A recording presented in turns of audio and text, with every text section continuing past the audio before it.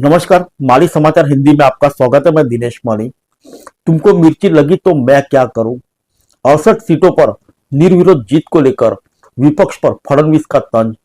महाराष्ट्र के मुख्यमंत्री फडणवीस ने 68 सीटों पर चुनावी महायुति की निर्विरोध जीत को लेकर विपक्ष पर तंज कसा और कहा कि तुमको मिर्ची लगी तो मैं क्या करूं।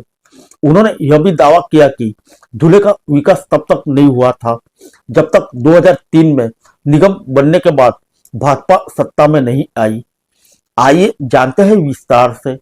महाराष्ट्र के मुख्यमंत्री देवेंद्र फडणवीस ने मंगलवार को उन विपक्षी दलों पर तंज कसा जिन्होंने राज्य में आगामी नगर निगम चुनाव में महायुति की 48 सीटों पर निर्विरोध जीत को लेकर आलोचना की।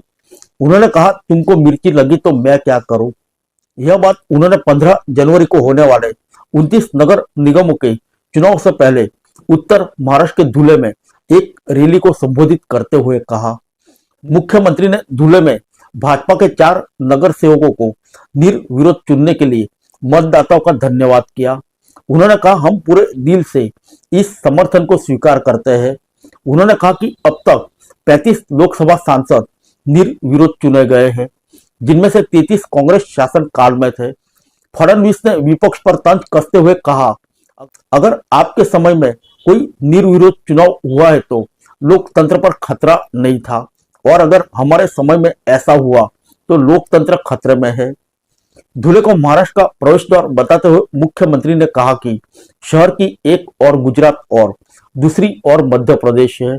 उन्होंने यह भी कहा कि धुले का विकास तब नहीं हुआ जब तक 2023 में निगम बनने के बाद भाजपा सत्ता में आई। नगर निगम चुनाव से पहले महायुति उम्मीदवारों की निर्विरोध जीत का मामला सोमवार को बॉम्बे हाईकोर्ट में पहुंचा।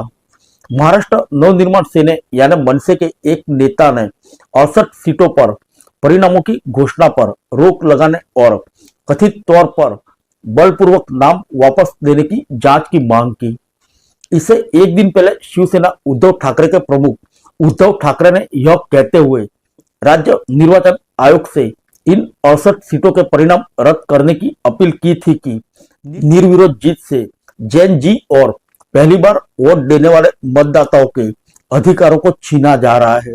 राज्य कांग्रेस प्रमुख हर्षवर्धन सपकाल ने भी भाजपा नेतृत्व वाली महायुति पर निशाना साधते हुए कहा कि उनकी सत्ता की लालसा ने लोकतंत्र को निगलने की हद तक पहुंच गई।